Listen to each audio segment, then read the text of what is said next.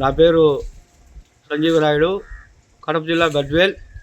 రాజధాని పైన మన డిప్యూటీ సీఎం పవన్ కళ్యాణ్ గారు దాన్ని బలోపేతం చేసేదానికి మెరుగుపరిచే అవకాశాలు కనబడుతున్నాయి. ఏంటంటే కేంద్ర ప్రభుత్వం కొంచెం ఆయన పైన సానుభూతుంది కాబట్టి ఆయన కొట్లాడి నరేంద్ర మోడీతో ఇటు మారుమూల గ్రామాల్లో కానీ ఈ గిరిజనులకు రోడ్లు కానీ వేయడం జరిగింది. ఆయన ఎక్కంగానే ఇంకా రాజధాని అభివృద్ధి చేస్తారని మేము అనుకుంటాను. నా పేరు నాగేంద్ర అండి. నాది కడప జిల్లా బద్వేల్ మండలం. గత ఎన్నికలలో మన డిప్యూటీ సీఎం పవన్ కళ్యాణ్ గారు ఎర్రచందనంపై అక్రమ రవాణా జరుగుతున్న దానివల్ల దీన్ని అరికడతాను అని చెప్పేసి మనకు హామీ ఇచ్చారు.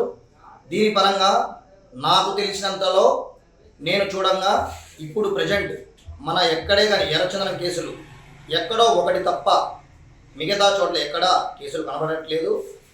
ప్రజెంట్ బద్వేల్ పరంగా అయితే ఇంతవరకు ఈ ఎన్నికల జరిగిన తర్వాత నుంచి ఇంతవరకు కూడా ఒక కేసు కూడా మన ఫారెస్ట్ ఆఫీసులకు కానీ వేరే ఇతర ఫారెస్ట్ సంబంధించిన ఏవి కేసులు అనేది కనబడట్లేదు.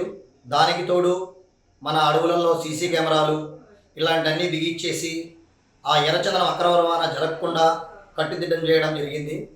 నాకు తెలిసి మన పవన్ కళ్యాణ్ గారు చెప్పిన హామీలన్నీ నెరవేరుస్తున్నారు.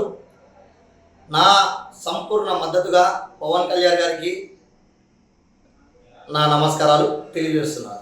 నా పేరు శివకుమార్, కడప జిల్లా బద్వేల్. కూటమి ప్రభుత్వం గురించి విషయము ఈ 4 సంవత్సరాలు కలిసికట్టుగా పనిచేస్తుందా లేదనే దాని గురించి ఖచ్చితంగా కలిసికట్టుగా పనిచేస్తుంది.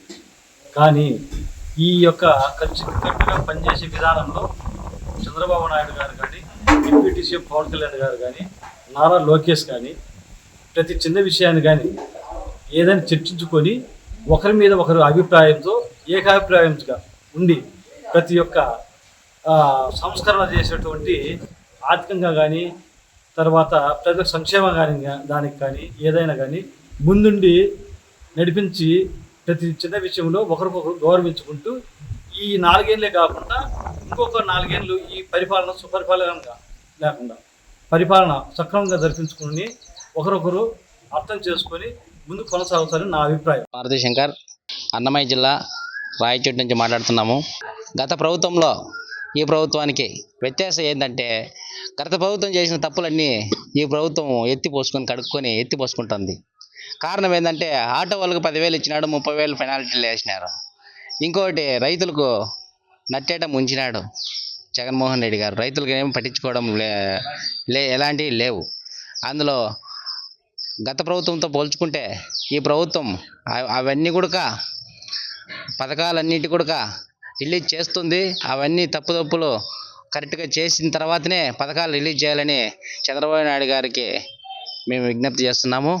అదే ఇక్కడ లోకల్గా ఉన్నటువంటి మండిపల్లి రామప్రసాద్ గారు తన ప్రజా దర్బార్ ద్వారా అనేక విధాలుగా అనేక ప్రయత్నాల ద్వారా ప్రజలకు అందుబాటులో ఉండి సకాలంగానే సేవలు అందిస్తున్నాడు.